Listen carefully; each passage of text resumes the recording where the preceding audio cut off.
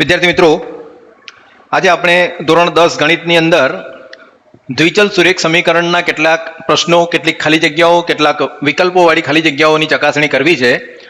જુઓ, અહીં ગણતરી કરેલી ખાલી જગ્યાઓ આપી છે, પણ કેવી રીતે ગણતરી કરી શકાય એ હું તમને સમજાવવા પ્રયત્ન કરું છું. સૌથી પહેલા આપણે પ્રશ્ન વાંચીએ એટલે આપણને ખ્યાલ આવે. શું છે પ્રશ્ન? કે નીચેનામાંથી દ્વિચલ સમીકરણ 2x + 3y = 7. પ્રશ્ન પહેલા વાંચવાનો છે.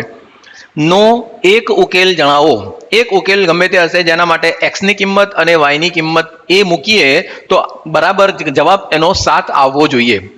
પ્રશ્ન કેવી રીતે છે કે ભાઈ 2x + 3y 2x + 3y, એમાં x અને y ની કિંમત તમે આ મૂકો, આ મૂકો, આ મૂકો અથવા તો આ મૂકો તો જવાબ કેટલો આવવો જોઈએ? 7 આવવો જોઈએ.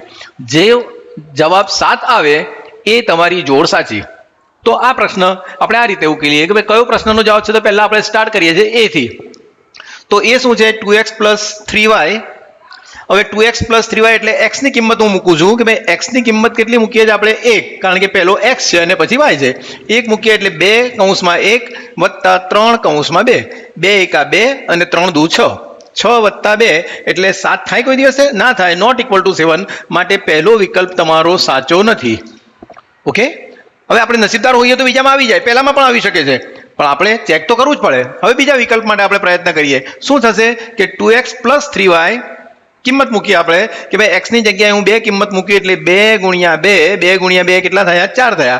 અને 3 × 1, 3 × 1 = 3, 3 એકા 3 તો 3 થયા. 4 વત્તા 3 બરાબર કેટલા થયા? 7 થયા. પછી નીચે ગણતરી કરવાની, તમારે કોઈ ગણતરી કરવાની જરૂર નથી. આ તો બતાવ્યું છે એમણે કે ભાઈ આ રીતે થાય છે. એટલે આ રીતે આપણે પ્રશ્નનો જવાબ શોધી શકીએ કે ભાઈ એક એવી પેર છે અથવા તો એવો ઉકેલ છે જે 2x + 3y = 7 નો એક ઉકેલ છે. નેક્સ્ટ ક્વેશ્ચન તમારો આવે છે, એ પણ આપણે જરા ચેક કરીએ એટલે આપણને ખ્યાલ આવે. નેક્સ્ટ ક્વેશ્ચન કયો છે બેટા? એ જોઈએ. નેક્સ્ટ ક્વેશ્ચન આ રહ્યો. શું ક્વેશ્ચન આપેલો છે એ જરા જોઈએ.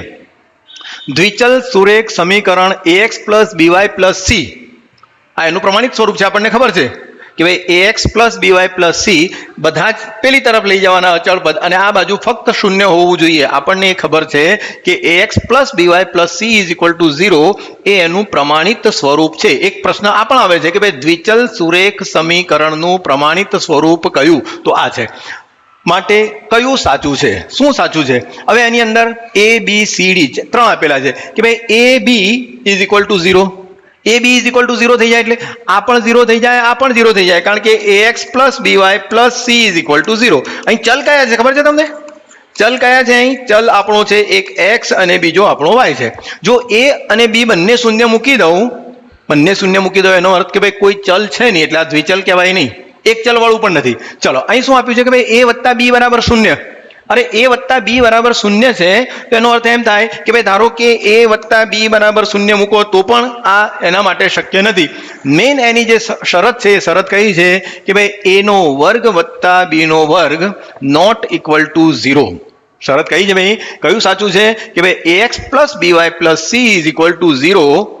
એની અંદર સાચા જે છે એ કયું છે કે ભાઈ એમાં a² + b² not equal two 0, કે ભાઈ a² અને b² નો સરવાળો ક્યારે પણ 0 હોવો જોઈએ નહીં. એ એની સાચી શરત છે. નેક્સ્ટ તમારો પ્રશ્ન આવે છે કે નીચે એક દ્વિચલ સુરેખ સમીકરણ યુગ્મ આપેલું છે. શું આપ્યું છે? યુગ્મ એટલે 2. યુગ્મનો અર્થ શું થાય બેટા? 2 થાય. કયા કયા? a1x + b1y + c1 = 0, a2x + b2y + c2 = 0 ના આલેખ વડે સમાંતર રેખાઓ મળતી હોય. અહીં ધ્યાન રાખવાનું છે. કેવી રેખાઓ મળતી હોય? સમાંતર રેખાઓ. સમાંતર રેખાઓ એટલે એ કે ભાઈ આ આલેખ દોરતા હોઈએ, આ આલેખ દોરીએ એનો અર્થ એમ થાય કે ભાઈ જ્યારે આપણે આલેખ દોરીએ છીએ એટલે રેખાઓ સમાંતર. આ એક રેખા અને આ બીજી રેખા, બંને રેખાઓ સમાંતર છે. સમાંતર રેખાઓ હોય એનો અર્થ એમ થાય કે આ બંને સમીકરણ યુગ્મ છે અથવા તો આ સમીકરણો છે એનો ઉકેલ મળતો નથી. બંને વસ્તુ સરખી છે. ઉકેલ ન મળવો અથવા તો બંને રેખાઓ સમાંતર હોવી, બંને એક જ વાત છે. અહીં સમાંતર આપેલું છે, આપણને ખબર છે ઉકેલ ક્યારે નથી મળતો? તો ઉકેલ ક્યારે નથી મળતો? જ્યારે a1/a2 = b1/b2 not equal two c1/c2 હોય ત્યારે ઉકેલ મળતો નથી. એનો અર્થ એમ થાય કે ત્યારે બંને રેખાઓ કેવી હોય છે? સમાંતર રેખાઓ હોય છે. આ ખાસ ધ્યાન રાખવાનું. આવું હોય ત્યારે આપણને ઉકેલ મળતો હોય. ભાઈ a1/b2 a1/a2 not equal two b1/b2 હોય તો અનન્ય ઉકેલ મળે. આવું હોય તો આપણે શું કરીએ ભાઈ? આવું હોય તો આપણે કહીએ કે અનન્ય ઉકેલ મળે. એનો અર્થ કે ભાઈ એક અને માત્ર એક ઉકેલ મળે. અને આવું હોય ત્યારે આપણે શું કહીએ કે ભાઈ આવું હોય ત્યારે એના ઉકેલ કેટલા થાય બેટા? અનંત ઉકેલ થાય. એનો અર્થ કે ભાઈ બંને રેખાઓ કેવી છે? એક સરખી રેખાઓ છે. આટલું રાખીએ.